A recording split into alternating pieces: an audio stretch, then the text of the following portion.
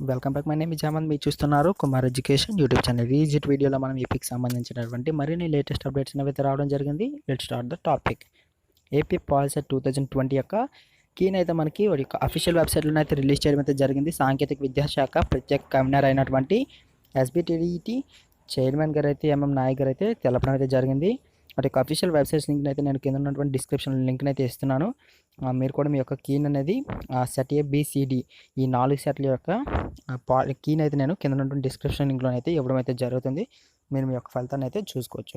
ఈ యొక్క ఫలితాలు అనేవి మనకి పాలిసెట్ అక్టోబర్ 5వ తేదీ నుంచి అయితే మనకి విడుదల చేయాలని అయితే కొన్ని చర్యలు తీసుకోవడం అయితే జరిగింది. ఈ పరీక్షలకు నిర్వహించినటువంటి మొత్తం కూడా దరఖాస్తులు వచ్చేసి 88,314 మంది అయితే దరఖాస్తు చేసుకున్నారు. దీనికి గాను 71,589 మంది అయితే హాజరవడం అయితే జరిగింది. వీటిలో 60,222 మంది బాలురు, 50,639 మంది బాలికలు అయితే ఉన్నారు. ఓకే ఫ్రెండ్స్, నా ఈ మరిన్ని లేటెస్ట్ అప్డేట్స్ కోసం అయితే మన కుమార్ ఎడ్యుకేషన్ ఛానల్ లైక్ చేయండి, షేర్ చేయండి, సబ్స్క్రైబ్ చేయండి. ఇంకేమైనా డౌట్స్ ఉన్నట్టు కింద కామెంట్ సెక్షన్లో కామెంట్ చేయండి. Thank you for watching. జై హింద్.